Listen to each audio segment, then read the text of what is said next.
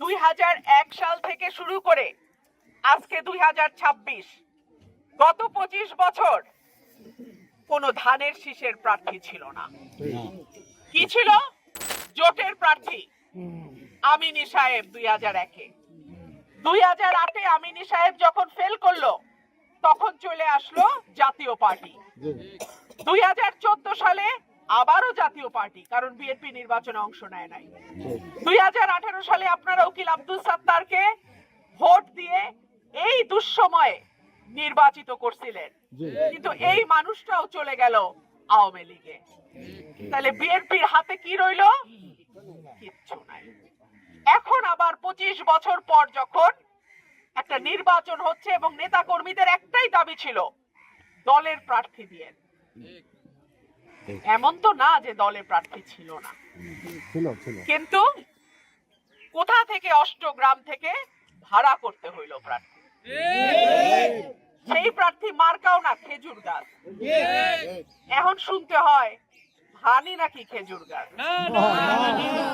আমি যদি কই হাসি হইল বাঘ, তয় হইব? তয় চলতো? হাঁস হইল হাঁস, বাঘ হইল বাঘ।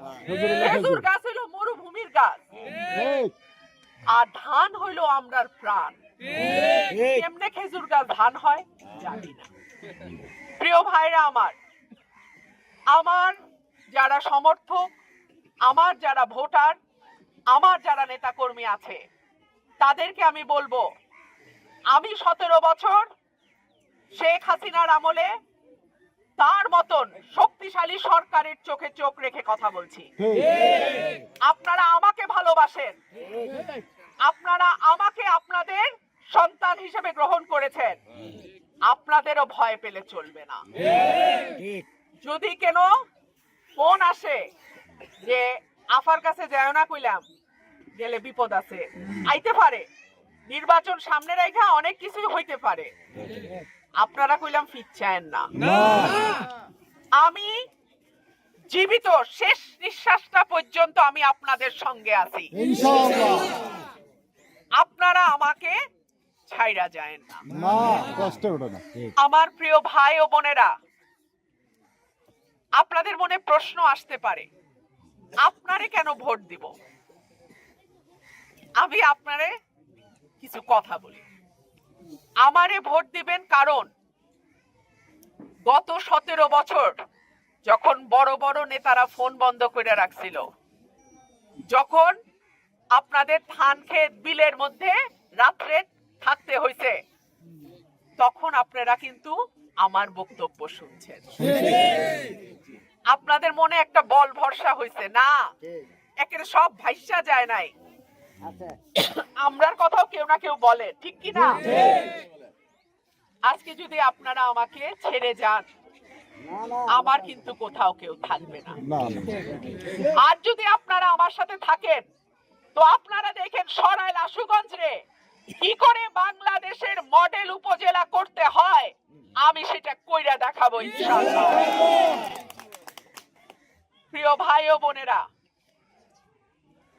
একটা দেশে দল আসবে, দল যাবে, ক্ষমতায় একবার এই দল আসবে, আরেকবার ওই দল আসবে। ক্ষমতার থেকে গেলেই যে একেবারে চাঁদাবাজি ধান্দাবাজি কইরা 2 মাসে 200 কোটি টাকা কামায় ফেলতে হবে, এইটা তো ঠিক না। আরেকজনের ব্যবসা দখল করা, বালি উঠানো, মাটি ভরাট করা, এগুলা তো ঠিক না। ঠিক এগুলি করলে মানুষ দূরে সরে যায়। মানুষ এমনিতে দেখা যায় যেন কিছু কয় না, কিছু কয় না। মানুষ কখন কয় জানেন? ওই যে 5ই আগস্ট হাসিনা টের পাইছিল, মানুষ যখন জাগে তখন কি অবস্থা হয়। সেই জন্য আমি শুরু থেকে বলে আসছি যে চাঁদাবাজি বন্ধ করো, তোলা তুলা বন্ধ করো, মাটি ভরাট বন্ধ করো, জমি দখল বন্ধ করো, অন্যের ব্যবসা দখল বন্ধ করো, মামলা বাণিজ্য বন্ধ করো। আমি যতদিন বেঁচে আছি এই সত্য কথা আমি বলতেই থাকবো। যেই অন্যায় করবে তার বিরুদ্ধেই আমি বলবো। আমার নিজের বাপও যদি ভুল করে আমি বলবো আব্বাজান আপনি এটা ঠিক করেন নাই, ঠিক কিনা?